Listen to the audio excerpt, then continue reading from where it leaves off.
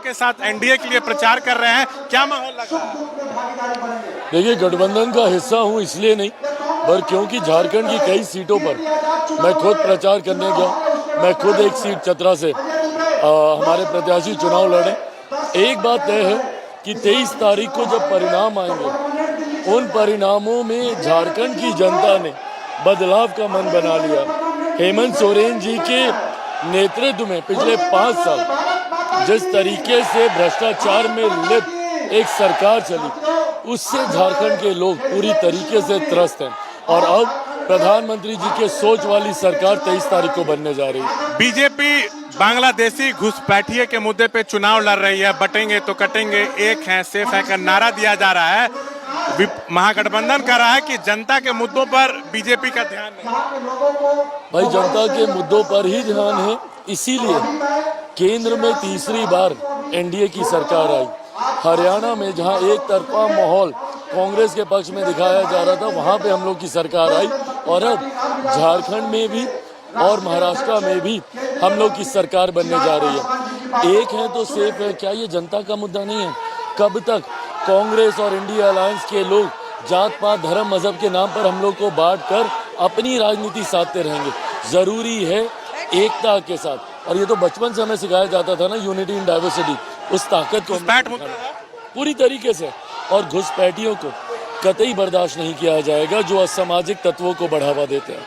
खरगे कह रहे हैं, उन्होंने तुलना की है जहरीले सांप से आरएसएस बीजेपी की, कह रहे हैं जहरीले सांप को मार देना चाहिए। राष्ट्रीय अध्यक्ष ऐसा बयान देना चाहिए। ये लोग आदी हो गए हैं, कभी मौत का सौदागर, कभी नीच, क्या क्या निजी मर्यादा खोते हुए बयान हमारे प्रधानमंत्री जी के लिए नहीं दिए गए। और आज फिर एक बार सांप से तुलना, ये दर्शाता है बौखलाहट है। जब ये लोग चुनाव हारता इनको दिखता है, ये लोग अपनी मर्यादा को खोते हैं। एक आखिरी सवाल, राहुल गांधी महाराष्ट्र में प्रेस कॉन्फ्रेंस किए, उन्होंने कहा कि 1-2 उद्योगपति और गरीबों के बीच की ये पूरा चुनाव है, तो मुद्दों पर चुनाव होना चाहिए। बीजेपी मुद्दों से भटक रही है। चलिए फिर मुद्दे पे ही बात करते हैं। बताइए, राहुल जी के हाथ में वो किताब थी जब वो प्रेस कॉन्फ्रेंस कर रहे थे संविधान वाली? क्योंकि हर जगह लेके जाते हैं।